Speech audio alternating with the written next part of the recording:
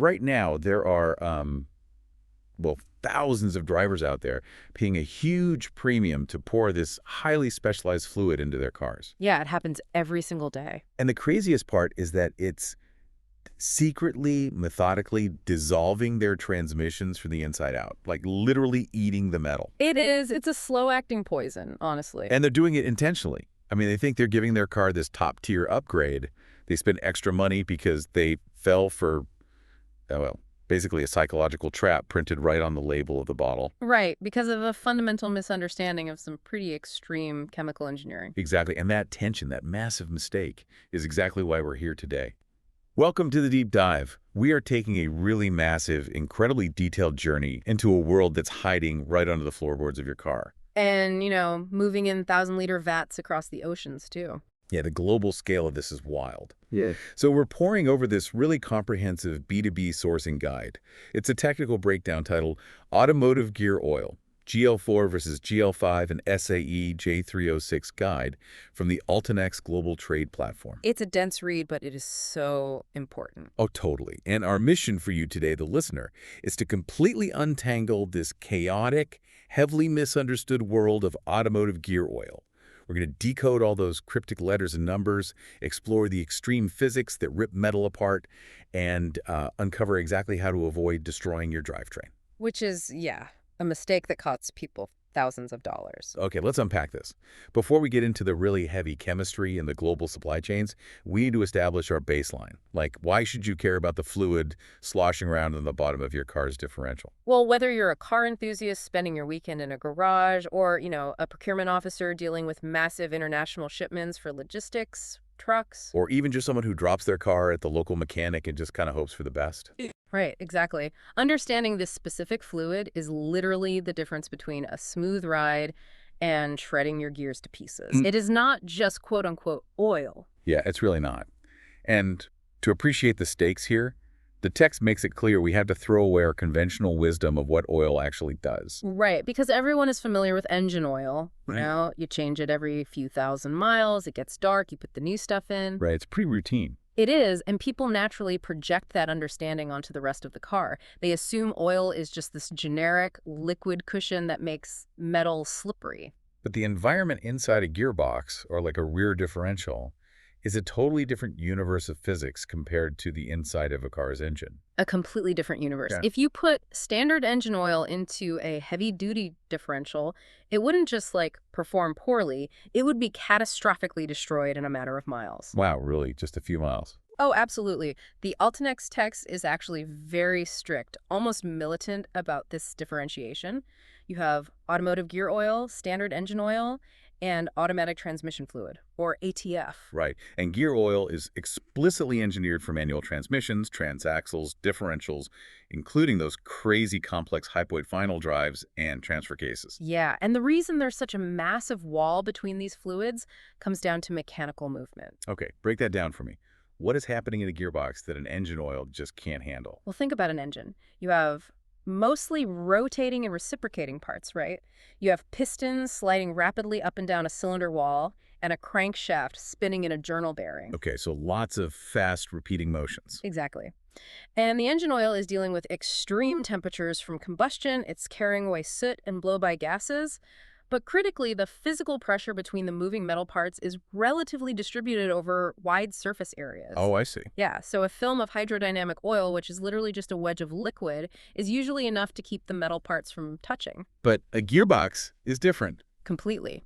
When you move to a gear mesh in a drivetrain, you leave the world of hydrodynamic lubrication entirely.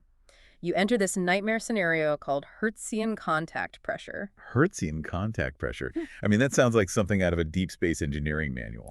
Right. It actually comes from Heinrich Hertz, who defined it back in the late 19th century when he was studying how elastic solids deform. Oh, okay. Science history. I like it. So visualize two massive curved steel gear teeth meshing together. They're trying to drive a 2-ton vehicle forward from a dead stop. Okay, I'm picturing it. Lots of weight. Right, you've got the entire weight of the car, the torque of the engine, the resistance of the tires on the asphalt. All of that mechanical force is concentrated onto a tiny, almost microscopic line of contact where those two curved metal surfaces meet. Wait, because they're curved, they aren't touching flat against each other like two hands clapping, right? Exactly. They're touching at a microscopic sliver of a line. Which means that localized pressure must be astronomical. It's insane. You're taking thousands of pounds of force and dividing it by a surface area that's fractions of a millimeter wide.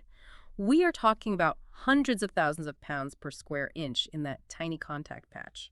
Wow, so standard engine oil would It just gets squeezed out of the way. It collapses completely. It can't hold the line. Not at all. And to make matters worse, especially in what we call hypoid gears, the ones used in most rear-wheel drive differentials, the teeth aren't just rolling against each other. What are they doing? Because of the offset angle of the pinion gear, there is a very high percentage of sliding contact. So they're literally scraping across each other under that crushing weight. Okay, I'm picturing the difference in athletic builds here. It's like engine oil is like a marathon runner. It's built for endurance, managing heat over a wide area, keeping a steady pace, and dealing with the exhaust of the engine. That's a great analogy, yeah. But gear oil. Gear oil is like an extreme power lifter. It's built to withstand crushing, highly localized weight, just holding the line under this immense static-feeling pressure so the mechanical joints don't snap. Spot on. The marathon runner would instantly collapse under the power lifter's barbell. The automotive industry recognized this fundamental incompatibility decades ago. Which is why they separated them into entirely different regulatory universes. Yeah. Exactly. You'll never see the same standards applied to both.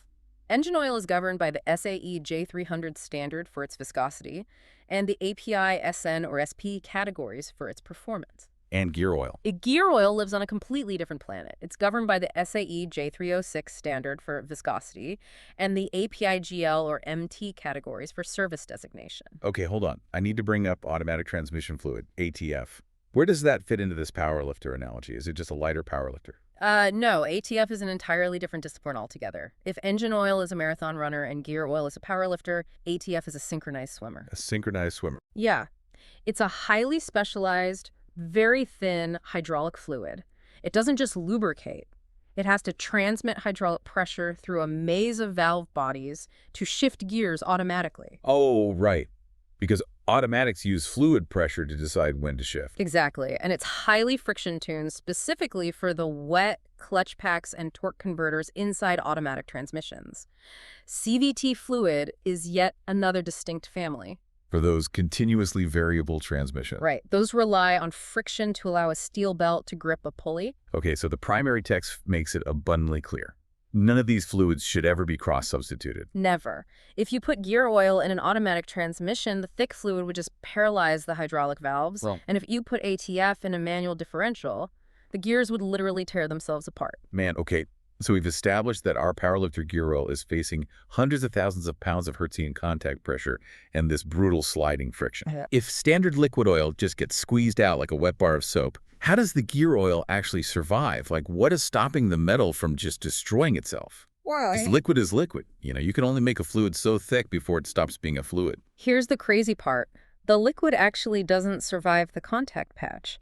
The liquid film fails. Wait, it fails? Yeah, when those gear teeth mesh under high torque, the oil is pushed completely aside and you get metal-to-metal contact. But wouldn't that destroy the gear? It would. Without a secondary defense mechanism, the intense localized heat generated by that sliding friction would cause the microscopic peaks of the steel gear teeth to literally melt and weld together. Weld together inside a moving gearbox. Yes, for a fraction of a second. Then, as the gear continues to turn, that micro weld is violently torn apart. That sounds absolutely destructive. It is. When those welds tear apart, it leaves a jagged, pitted crater on the gear tooth.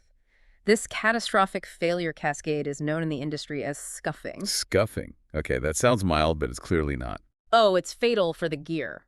Once a gear starts scuffing, it accelerates. The surface gets rougher, which generates more friction, which makes more heat, more welding, until the gear tooth simply snaps off or grinds itself to metal powder. That is terrifying from an engineering perspective. So how does the gear oil stop this if the liquid is squeezed out? The text keeps mentioning extreme pressure, or EP. chemistry. Right, so we are moving from physics to chemistry now. We're moving into dynamic sacrificial chemistry. Sacrificial chemistry. I love how dramatic this is It getting. really is. To stop scuffing, gear oil formulators load the base oil with extreme pressure additives. Today, they primarily rely on a really sophisticated balance of sulfur compounds and phosphorus compounds. Okay, sulfur and phosphorus, what do they do? What they do is nothing short of brilliant. They don't act as a liquid cushion, they act as a chemical trigger system. Break that trigger system down for me. I'm driving down the highway, I step on the gas, torque hits the rear axle. What is the sulfur actually doing at the microscopic level? Well, the oil contains sulfurized fats, or olefins.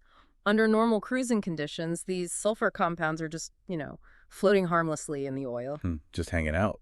Right, but when you step on the gas, and that Hertzian pressure spikes between the hypoid gears, the localized flash heat skyrockets, and that heat is the trigger. Oh, the heat wakes the sulfur up. Exactly.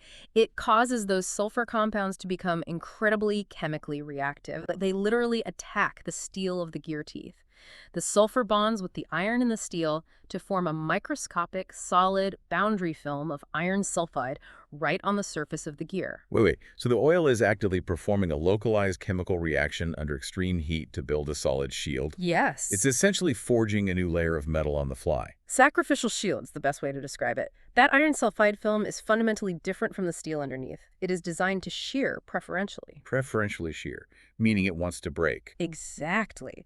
When the two gear teeth slide against each other under that massive pressure, instead of the steel micro-welding and tearing the steel, the softer iron sulfide layer gives way. It sacrifices itself. Wow. Yeah, it gets scraped off like a scab, which completely prevents the metal-to-metal weld. But doesn't that mean the shield is gone? I mean, the next time the gear rotates, won't it just weld then? And that's the elegance of the whole system.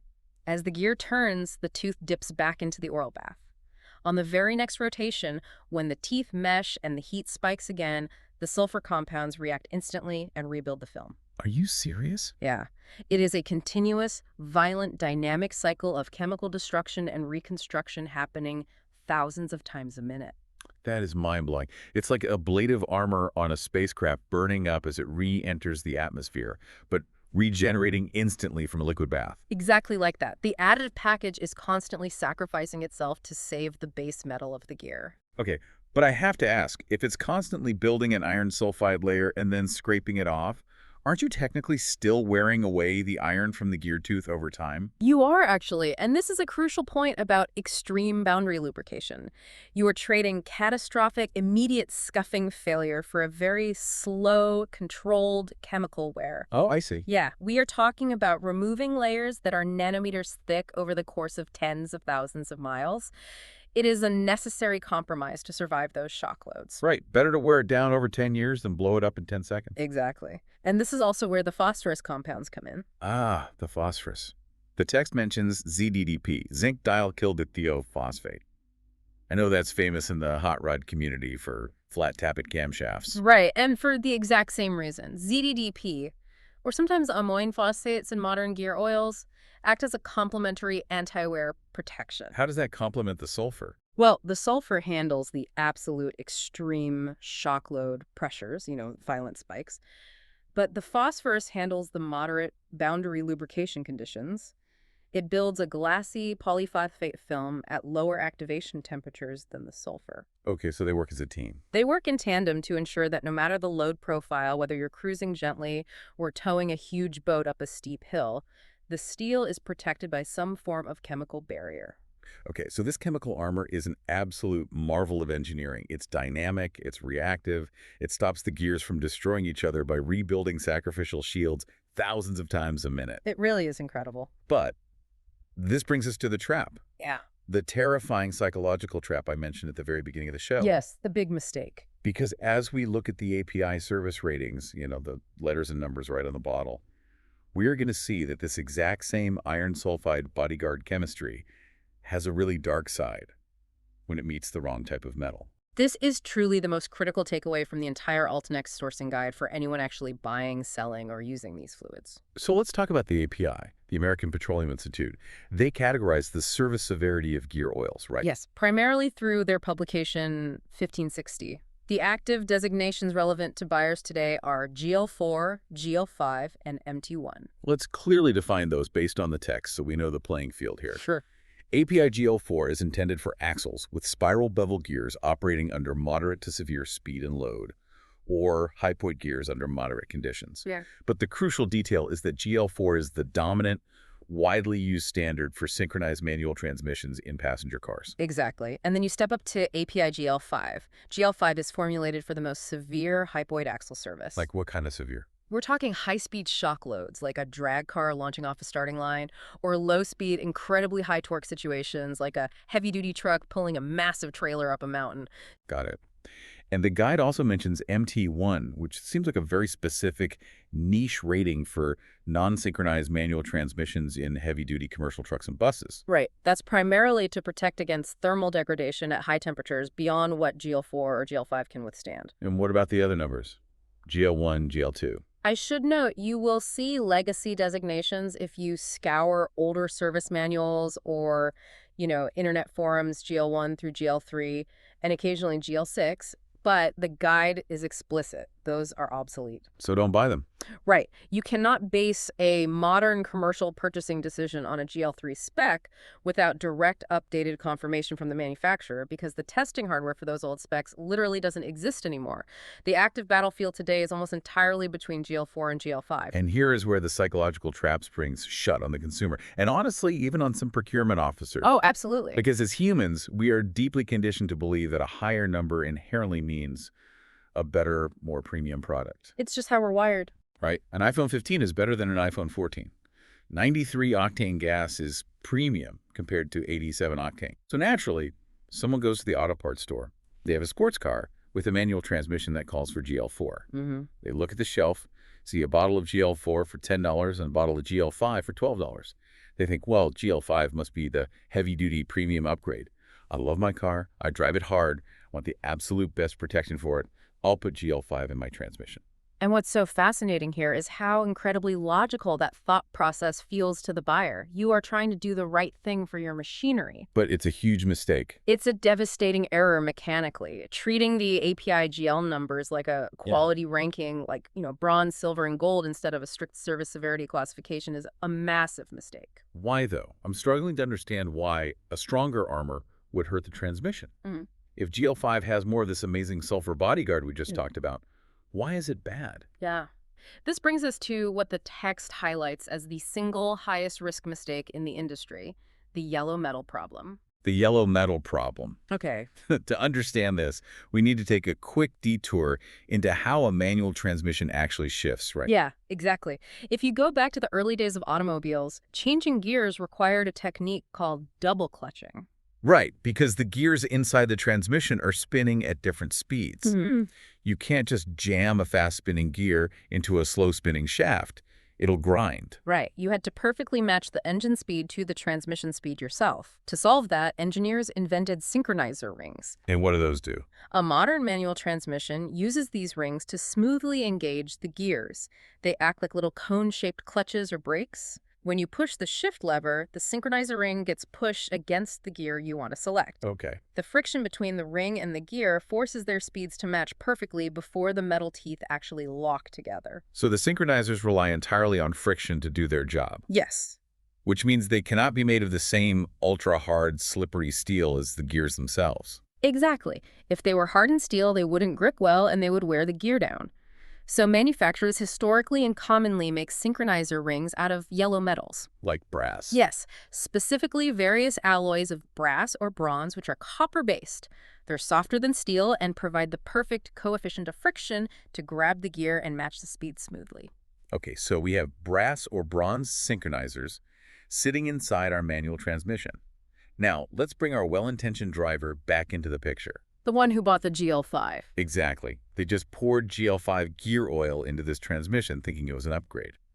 We know GL-5 is designed for severe hypoid rear axles. How does its chemistry differ from GL-4? It differs primarily in the treat rate of those extreme pressure sulfur additives. Because hypoid axles have an incredible amount of sliding friction under massive loads, they require a very high concentration of active sulfur to continuously form that iron sulfide shield. So GL-5 is just loaded with sulfur. loaded with it. GL-4, which is designed for less severe sliding conditions, has a much lower moderated treat rate of those EP additives. And here is the slow-acting poison. That highly active sulfur, the miraculous chemical bodyguard that saves the steel gears in the rear axle, is actually highly reactive to copper-based alloys at operating temperatures. It is a fundamental chemical incompatibility. When the gearbox gets up to operating temperature, the high concentration of activated sulfur in the GL-5 oil starts looking for metal to bond with. Oh, no. Yeah, and when it encounters the copper in the brass or bronze synchronizers, it doesn't form a helpful sacrificial shield like it does on steel. What does it do? The sulfur chemically attacks the copper. It forms copper sulfide, which is structurally very weak. So it's essentially rusting the brass. Actually, it's worse. It literally etches and corrodes the metal. As the synchronizer rubs against the gear to do its job, that weakened copper sulfide layer is immediately wiped away, exposing fresh brass to the sulfur. Oh, wow. The cycle repeats, and the GL-5 fluid slowly, methodically eats the synchronizer ring alive. I want to make sure the listener really absorbs the reality of this.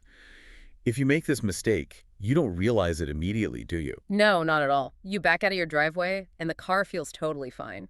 The gears are protected from scuffing. But over the course of 10, 20, 30,000 miles, the sulfur is dissolving the brass. Right.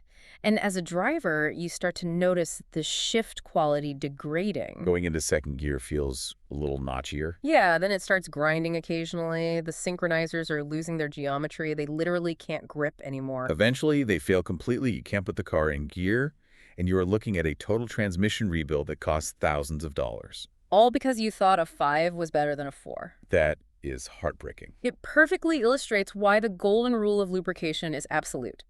Always, always follow the original equipment manufacturer's specification. If the OEM specifies GL4, you must use GL4. Because it has that specific balance. Exactly. The GL4 formulation has that specifically moderated EP additive package enough to protect the steel gear teeth from moderate scuffing, but not so aggressive that it corrodes the yellow metal synchronizers. It is a very delicate chemical balancing act. Now, the Altenex text mentions how buyers can actually verify this safety. Because procurement officers buying thousands of gallons can't just cross their fingers and hope the sulfur concentration is low enough. No, they certainly can't. There is a specific laboratory test for this called the ASTM D130 copper strip corrosion test. Tell me about this lab test. How do they prove a fluid won't eat a transmission? The ASTM D130 test is beautifully simple, honestly, and incredibly visual.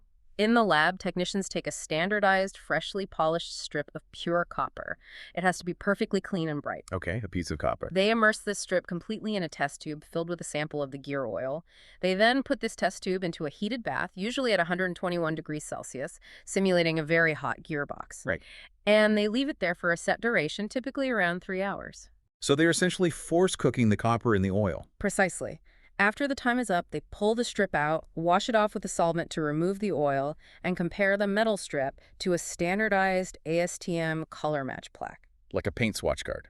Yeah, basically. This plaque ranges from a 1, which is slight tarnish, maybe light orange, all the way down to a 4, which is severe corrosion. Okay, so if the oil is highly reactive and corrosive to yellow metals, like a heavy-duty GL-5, what happens to the strip? The copper strip will emerge from the bath deeply tarnished, blackened, or even physically pitted and etched, scoring a 3 or 4. And if the oil is safe for a synchronized transmission, like a proper GL-4, the strip will remain relatively bright, maybe showing a very light tarnish, scoring a 1A or 1B. It provides undeniable visual proof of the chemical reactivity of that specific oil blend. the sourcing guide gives some very specific, almost warning-level advice for B2B buyers here, too. It addresses a very modern problem in the market. Products that claim to be GL-4, GL-5 dual-rated. Oh, yeah. That's a huge issue right now. The text says you cannot just blindly trust the label on the bottle, or even the general technical data sheet, the TDS. Why the suspicion? Because a technical data sheet is essentially marketing material wrapped in a scientific format. Oh, really? Yeah, it only shows typical values for a product line. It tells you what the blender aims to produce. But when you are a procurement officer buying 20,000 liters of oil for a commercial fleet, typical isn't good enough. Right. You need exact numbers. Exactly. Some dual-reed oils try to use buffered sulfur compounds that claim to be inactive against brass, but the real-world results can vary wildly from batch to batch. So what does the buyer demand instead of the TDS? The guide advises procurement teams to demand the Certificate of Analysis, or COA, COA. right, for the specific manufactured batch of oil they are physically buying. The COA is essentially a legal adjacent document. It provides the actual laboratory-tested results for that exact batch on the day it was blended. And buyers must look specifically for that ASTM D130 test result on the COA. Yes. If it doesn't show a 1A or 1B rating, you do not put it into a synchronized transmission, regardless of how many logos or claims are printed on the plastic bucket. Okay, so we've established that getting the chemical rating right, using the precise amount of sulfur to protect the steel without dissolving the brass synchronizers, is literally a matter of life and death for the transmission. Oh, it truly is. But having the right chemistry is only half the battle. None of that chemical armor matters if the fluid is frozen solid at the bottom of the gearbox on a winter morning and can't actually reach the gears. Right, it has to flow. We have to ensure this highly engineered liquid flows correctly under all operating conditions. And that brings us to decoding viscosity, the SAE J306 standard, and a massive shift currently happening due to the electric vehicle revolution. Yeah, viscosity is a huge topic. At its most basic definition, viscosity is simply a fluid's internal resistance to flow. How thick or thin is it? Does it pour like water or does it pour like cold honey? Exactly. For automotive drivelines, that physical characteristic is governed exclusively by the SAE International J306 standard. And the text notes a very significant detail. The current edition of this standard is J306-202502. Which was published incredibly recently in February of 2025. Very recently, yes. So when you look at a bottle of gear oil, you see a code like 75W90 or 80W90 or maybe a really thick 85W140. We need to break those numbers down so the listener knows exactly what they mean. Okay, so let's start with the W in the middle. Right. The W stands for winter, indicating the oil's cold flow performance. Correct. Multi-grade oils are marvels of chemical engineering. The number before the W tells you how well the oil will flow when you try to start a freezing cold vehicle in the dead of winter. Okay, so the lower that first number, the better the cold flow. Yes. And the second number, the 90 or the 140, indicates the kinematic viscosity or the thickness at a standard operating temperature of 100 degrees Celsius once the gearbox is fully warmed up and driving down the highway. So a multi-grade oil like 75W90 is engineered to meet both of those opposing requirements simultaneously. Exactly. It stays thin enough in the cold to splash up and protect gears on startup, but it resists thinning out too much under intense heat, so it can maintain that critical hydrodynamic film before the extreme pressure boundary chemistry has to take over. The text gives us some specific laboratory data points on this to show the scale of what cold flow really means. It mentions that these winter grades are measured by a Brookfield viscometer using the ASTM D2983 test. Yes, the Brookfield test. How does a Brookfield viscometer actually measure this? Because, I mean, you can't just pour it through a funnel at 40 below zero. No, it would take hours. A Brookfield viscometer measures dynamic viscosity. They take a small sample of the oil and cool it down to the target freezing temperature in a highly controlled liquid bath. Okay, so they freeze it. Then they insert a specifically shaped spindle into the frozen oil and attach it to a motor. The motor attempts to rotate the spindle at a constant speed, and the machine measures the amount of torque required to turn it against the resistance of the thick oil. Oh, I see. It measures how hard the motor has to work. Right. The higher the torque required, the higher the viscosity, which is reported in a unit called centipoise, or CP. Let's give the listener a frame of reference for centipoise, because it's hard to visualize. Yeah. That water at room temperature is about 1 CP, right? Correct. And honey is maybe 2,000 to 10,000 CP, depending on the temperature.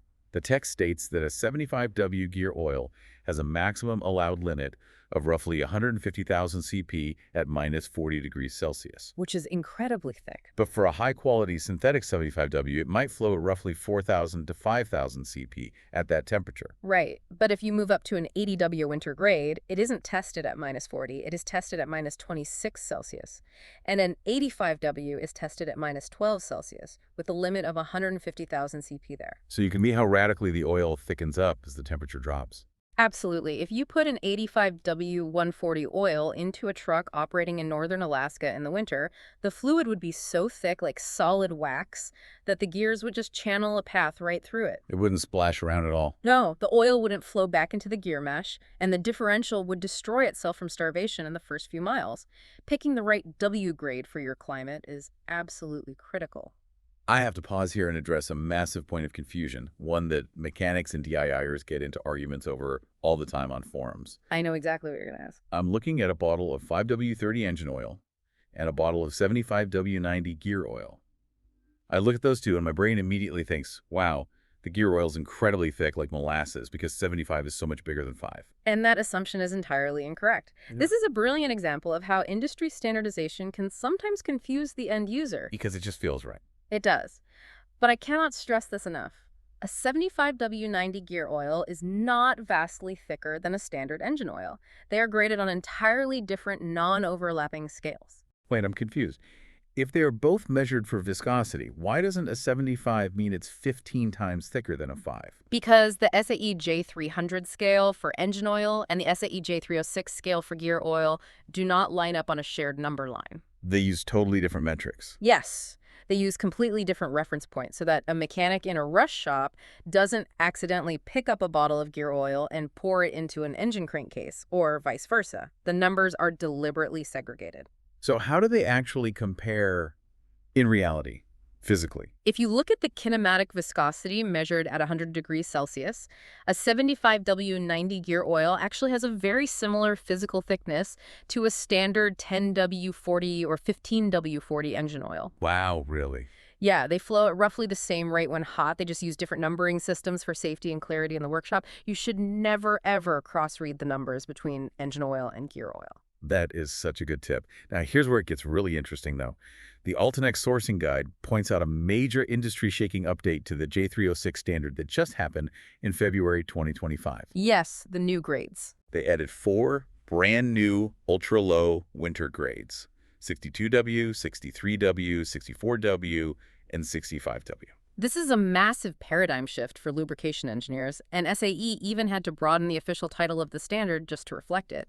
These new grades are unique because they have absolutely no high-temperature, non-winter counterpart. Oh, meaning you won't see a multi-grade 62W90. Exactly. They exist purely as ultra-low temperature winter grades. And the reason for this sudden shift? The electric vehicle revolution. EVs are changing the fundamental physical flow requirements of the drivetrain. Precisely. These 62W to 65W grades exist purely for electric drive units, what the automotive industry calls e-axles or e-drive systems. Why do they need completely new oil? We have to look at the mechanical differences. Yeah. In a conventional internal combustion vehicle, you have a massive hot engine block generating tons of waste heat that eventually radiates back and warms up the drivetrain. Right. And you have highly complex manual transmissions with multiple shafts, synchronizers, and physical gears sliding into place. EVs have none of that. So what's in an EV? An EV powertrain is usually just a high-speed electric motor connected directly to a very simple single-speed reduction gear set. The text mentions that an EV's primary concern with fluid isn't just about protecting the gears from Hertzian pressure. A massive focus is on reducing something called churning losses. I need you to explain what churning loss actually is, physically, in a gearbox. Think of it this way. Imagine you are walking through a swimming pool filled with waist-deep water. Okay. It takes a lot of physical energy just to push your legs through the water, right? The water resists your movement. Yeah, it's exhausting. Now imagine trying to sprint through that water. The faster you try to move, the harder the water fights back. That physical hydrodynamic resistance is a churning loss. So the gears spinning in the oil bath are fighting the oil itself. Exactly. In an electric vehicle, every single ounce of battery power is precious. Range anxiety is the ultimate metric for consumers. For sure. The electric motors in these e-axles can spin at 15,000 to 20,000 RPM. If those reduction gears have to wade through a thick, heavy gear oil, especially when the vehicle is cold in the winter, the electric motor has to expend a significant amount of electricity just to overcome the fluid friction of the oil bath. So it's literally wasted energy. Yes, it drains the battery and directly reduces the vehicle's driving range before it even puts power to the wheels. So the engineers realized they need the fluid to be incredibly thin and fluid from the absolute second the car turns on, even in freezing weather, so the high-speed gears just slice through it without resistance. Exactly.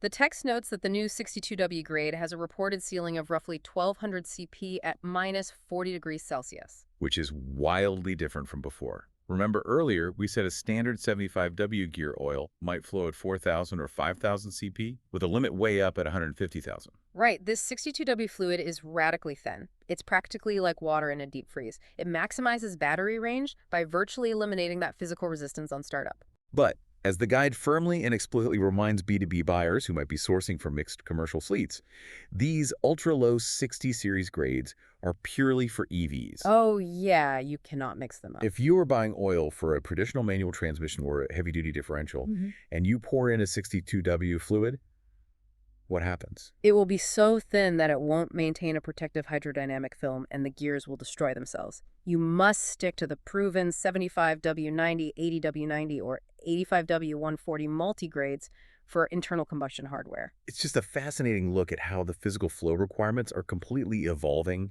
based on what is actually powering the car. EVs need it thin to save battery. Yep. But what about unique, highly complex mechanical setups in traditional cars? I'm thinking about situations where the fluid doesn't just have to flow, and it doesn't just have to prevent welding, but it actively has to manage friction in very specific controlled ways.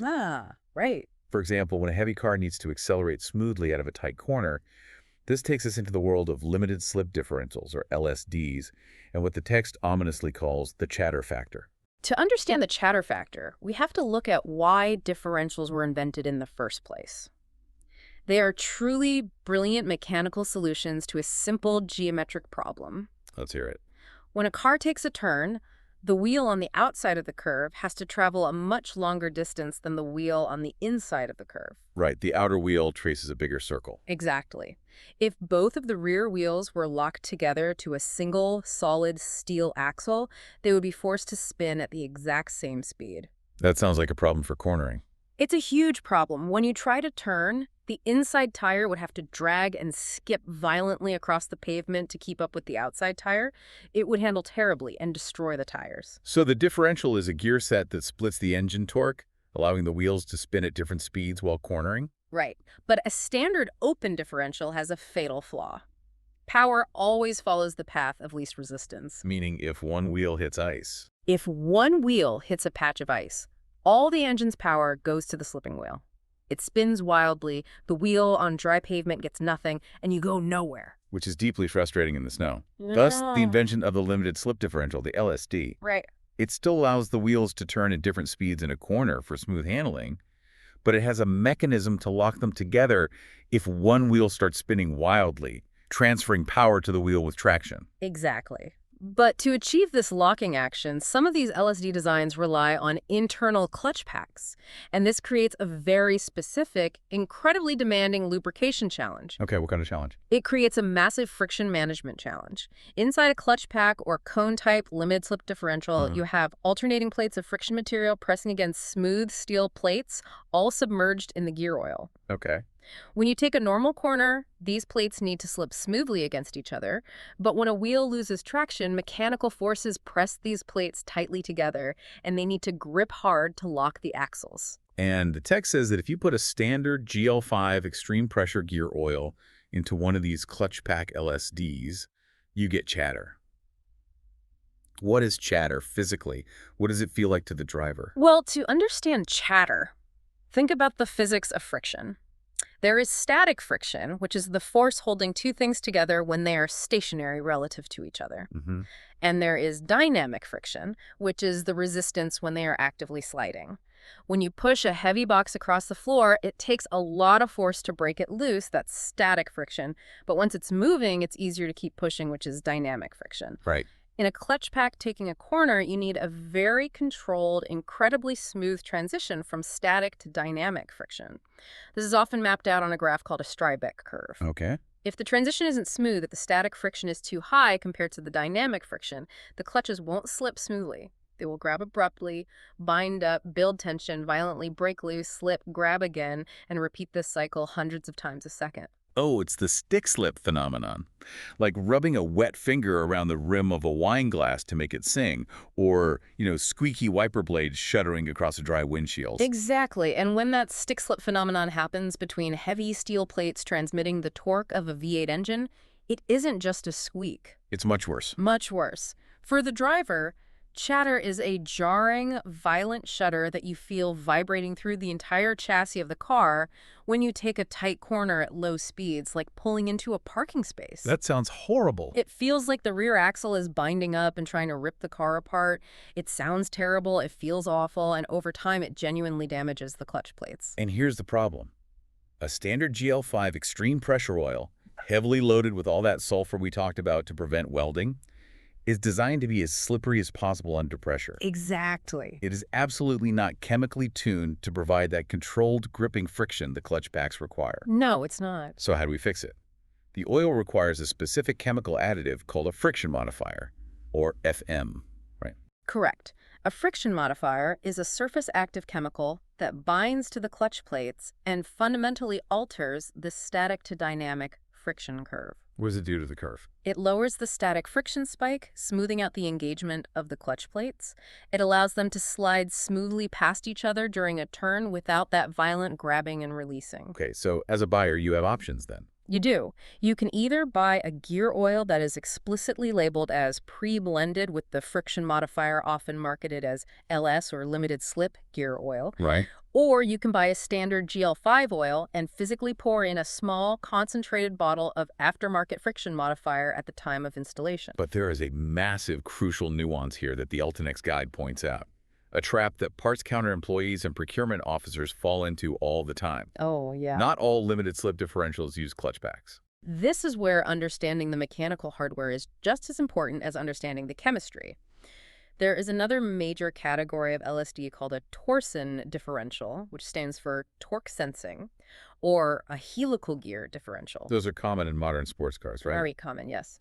And in off-road vehicles, instead of friction clutches, they use incredibly complex, interwoven arrangements of helical worm gears to manage the power transfer. Because there are no friction plates trying to grip each other, a torsion or helical LSD generally does not need a friction modifier. That is correct. In fact, adding a friction modifier to a torsion differential can actually degrade its performance. Oh, really? How so? Because the friction modifier makes the oil excessively slippery to smooth out clutch chatter. If you put that in a torsion, it can cause the helical gears to slip too easily, reducing the differential's ability to transfer torque to the gripping wheel.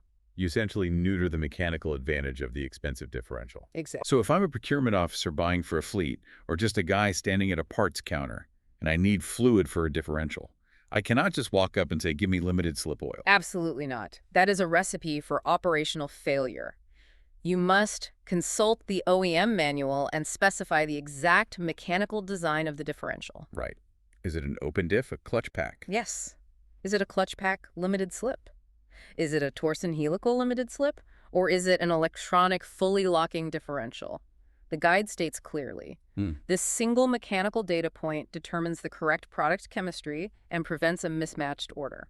You cannot assume a friction modifier is needed just because the owner's manual has the words limited slip printed in it. You have to know exactly what kind of limited slip it is. Wow. Okay, so knowing exactly what to ask for, whether it's the right API rating to protect the gears without dissolving the yellow metal synchronizers, or the right J306 winter viscosity grade to ensure flow in your specific climate. Or the exact friction modifiers required for your specific differential architecture. Exactly. That's half the battle. We've spent a lot of time in the microscopic world of chemistry and the mechanical world of gear teeth. But the Ultinex Global Guide doesn't stop at the science. No, it goes much further. It is fundamentally a B2B sourcing document.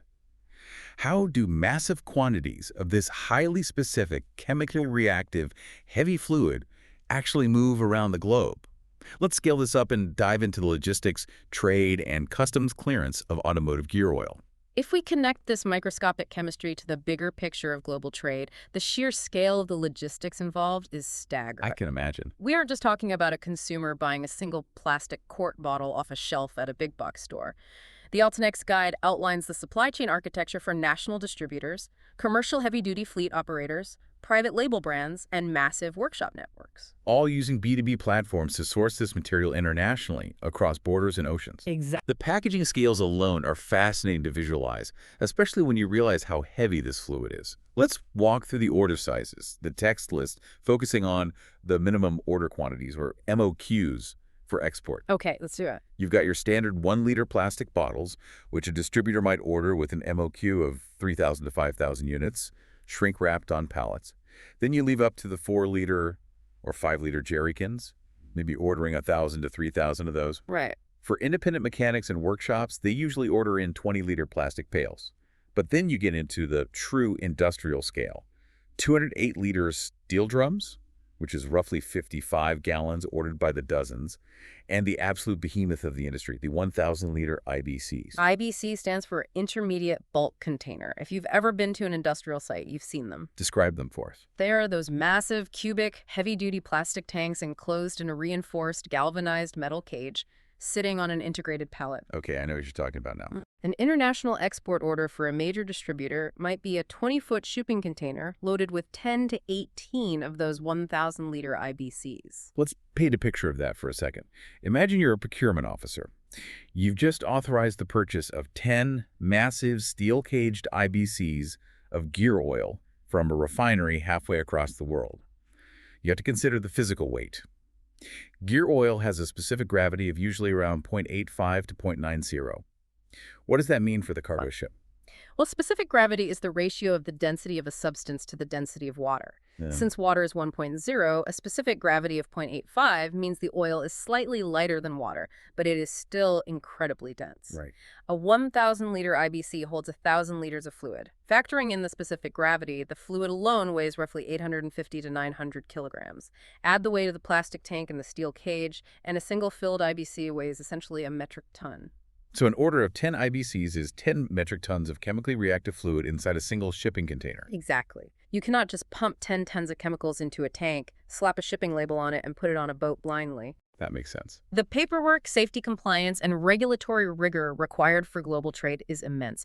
If you get one document wrong, that entire 10-ton shipment gets impounded at a port, racking up thousands of dollars in demurrage fees. Demurrage fees, right. Let's walk through that paperwork stack because the text is very specific about it, and it's where a lot of first-time importers fail. First, there is the Universal Classification System. Everything shipped internationally needs an HS code, right? Yes, the Harmonized System Code. Customs officials need it to know what they're looking at and what to tax. So what's the code for gear oil? Finished automotive gear oil, whether it is a traditional mineral-based oil refined from crude or a fully synthetic PAO base, is generally classified under the broad international heading HS 2710.19. 2710.19. What does that cover? It covers petroleum oils and oils obtained from bituminous minerals other than crude, preparations not elsewhere specified. That's a mouthful. It is. It's a very broad family that covers motor oil, hydraulic fluid, and gear oil. Getting this specific 6 to 8-digit code perfectly right on the commercial invoice is essential. It dictates the import tariffs, right? Yes, and it determines if the product is subject to anti-dumping duties, and it clears customs without triggering a manual inspection of the container. The commercial invoice also has to clearly state the Incoterms, right? Exactly. Incoterms 2020 rules like FOB, which is free on board, or CIF, cost, insurance, and freight, they define the exact geographical point where the supplier's financial responsibility and risk of loss ends and the buyer's begins. Very important when shipping across the ocean. Absolutely. Along with the invoice, you need a detailed packing list showing the net weight of the oil and the gross weight, including the IBCs, which, as we established, is critical for the ship's loadmaster. And, of course, the bill of lading, which is the actual legal title to the goods issued by the shipping line. Yeah. You don't get the oil until you present the bill of lading. Correct. But because we are shipping 10 tons of chemicals, standard shipping documents aren't enough. Safety and chemical verification documents are mandatory for port authorities. The text mentions the SDS and brings up our old friend, the COA. The SDS is the safety data sheet. which must be formatted to the global GHS standard, the globally harmonized system of classification and labeling of chemicals. Basically telling them what happens if it spills or catches fire. Exactly.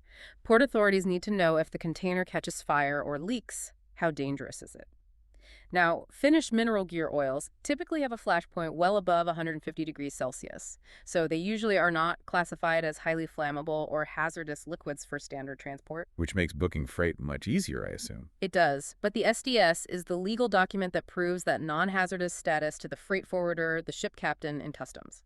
And we talked about the COA earlier when discussing how to avoid the yellow metal problem with synchronizers, the certificate of analysis.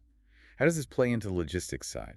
For bulk B2B buyers, the COA is the holy grail of quality control. It is the only way to ensure the factory actually built the fluid you ordered. Because you can't test it yourself when it's on the boat. Right. When the IBCs arrive, the batch numbers on the tanks must match the batch number on the COA. The document shouldn't just vaguely say, meets GL-5. What should it say? It should mathematically prove the kinematic viscosity at 40 and 100 degrees Celsius, confirm the exact J306 cold flow grade, show the specific gravity, the flash point, the pour point, and crucially, as we discussed, prove the ASTM D130 copper strip corrosion result. It is the scientific legal proof that you are getting exactly the chemical armor you paid for before you distribute it to 1,000 workshops. Precisely. The sourcing guide also points out some really interesting, highly specific regional quirks when it comes to import regulations. It makes a stark point. You cannot assume regulations jump across fluid types, and you certainly can't assume they jump across borders. Let's look at the Middle East first. That is a very common trap novice importers fall into. The text gives two perfect examples of regulatory friction. First, in the Middle East, there is a very strict regional standard established by the GCC Standardization Organization, specifically the GSO 1785 series. Okay, so importers look at this and think what? They think, okay, I know my shipment of engine oil needs to be certified to GSO 1785 to clear customs in Saudi Arabia, so my gear oil shipment must need that certificate too. But the text clarifies that as a false assumption. Completely false. GSO 1785 covers engine oils exclusively. It governs parameters relevant to combustion engines. It does not automatically apply to gear, axle, or manual transmission oils. So if you ask for it, you're asking for the impossible. Right. If a buyer delays a shipment demanding a GSO 1785 certificate for a GL-4 gear oil, they are demanding a document that literally does not exist, ruining their own supply chain timeline. And then on the flip side, you have a country like Indonesia, which takes the exact opposite approach. Precisely. Okay. Indonesia is highly regulated for drivetrains. They have a mandatory gear oil-specific national standard called SNI 7069.6. It explicitly covers manual transmission gear and differential oils. Yes. To legally import gear oil into Indonesia, you cannot just ship it with a standard commercial invoice. The product must be tested and certified to meet the SNI mark, the packaging must display the SNI logo, and you usually need a registered local representative. Wow. So the regulatory obligations for gear oil can be completely different or significantly more complex than engine oil, even within the same country. You have to rigorously check the local rules per market, per specific fluid type. You really do. So putting all of this incredible complexity together, the extreme sulfur chemistry, the cold flow physics, the clutch pack chatter, the 10-ton IBCs, and the maze of international customs, how does a professional B2B buyer actually execute an order without messing it up? Well, the text outlines what we could call the perfect RFQ, or request for, quote, to use when approaching a supplier on a platform like Altenex Global. A well-structured RFQ is basically a firewall against disaster, right? Exactly. It eliminates all ambiguity. You don't just email a supplier and say, I need a container of gear oil. According to the guide, a professional buyer will state, sequentially and exhaustively, several things. Let's list them out. First is application. First, the exact application. Are you filling a transfer case in a passenger SUV or a non-synchronized manual transmission in a heavy-duty transit bus? Second, the API rating. Second, the exact API service rating required by the OEM GL-4, GL-5, or MT1. Third, the exact SAE J306 viscosity grade for the climate, like 75W90 or 85W140. Then you have to add the friction requirements, right? Do you need limited slip compatibility? And you must specifically state if the hardware is a clutch pack LSD or a torsion helical LSD, so the blender knows whether to include the friction modifier or leave it out. Yes. Then you specify your preference for the base oil mineral, semi-synthetic, or fully synthetic PAO. And here, the guide notes a very important point for buyers. Oh, about the synthetics. Right. This is purely an OEM and application-driven decision. A synthetic is not universally better for every application. That's a great point. A high-quality mineral oil formulation might be perfectly adequate and cost-effective for a fleet of local delivery trucks, while a fully synthetic base is absolutely required for a fleet operating in a severe cold climate to ensure that critical cold flow. Finally, you detail the heavy logistics. The packaging size, whether it's 1-liter bottles or 1,000-liter IBCs, the target MOQ per SKU, the specific Incoterms you want to trade under, the required technical documents like the COA proving the copper strip test, Yes.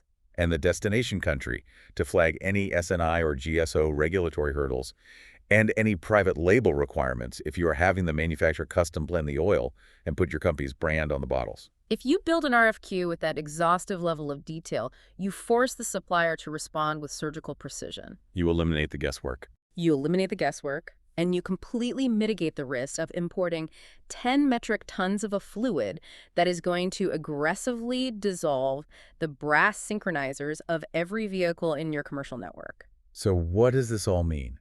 We have covered an absolutely massive, sprawling journey today. We really have. We started at the absolute microscopic level, visualizing the crushing, violent Hertzian contact pressure between two curved gear teeth.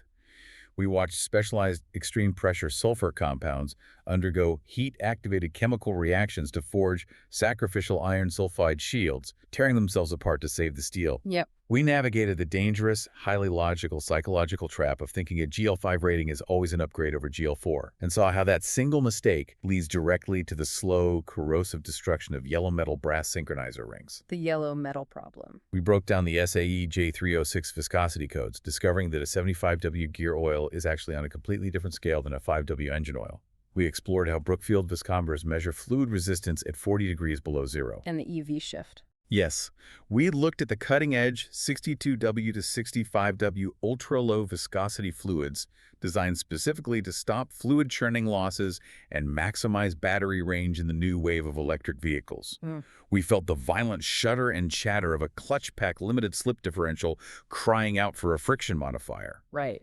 And finally, we scaled all the way up to navigating global logistics, understanding specific gravity, and clearing international customs with HS 2710.19 codes and 10-ton shipments of IBCs. It is a remarkable, deeply intricate synthesis of physics, chemistry, mechanical engineering, and international trade law. He really is. And the ultimate takeaway, whether you are a DIY mechanic in your driveway buying a single 1-liter bottle for a weekend project, or a supply chain director ordering a massive container shipment for a national workshop network, the golden rule remains absolute. Which is? Knowledge is power, and you must always follow the original equipment manufacturer's exact specification. Do not rely on assumptions. Do not rely on the psychological bias that higher numbers are automatically better. Right. Read the manual, demand the certificate of analysis to prove the chemistry, and ensure the fluid perfectly matches the machine. Exactly. There's one final lingering thought I want to explore as we wrap this up.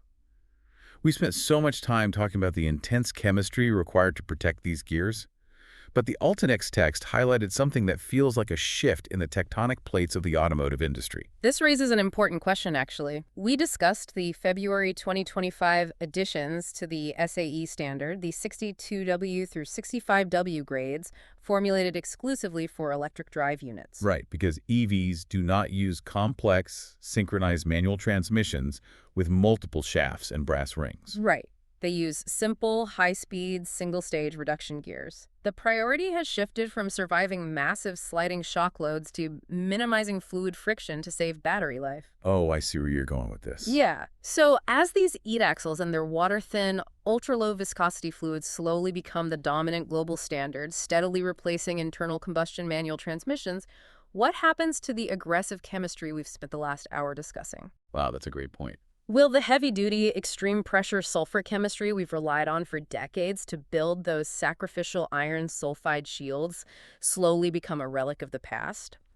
Are we currently watching the long sunset of traditional GL-4 and GL-5 boundary chemistry as the electric motor fundamentally rewrites the rules of mechanical friction and drivetrain engineering? It's a huge shift. It is a transition the entire global lubricants industry is going to have to navigate over the next 20 years. It is the dawn of a completely new era of physics.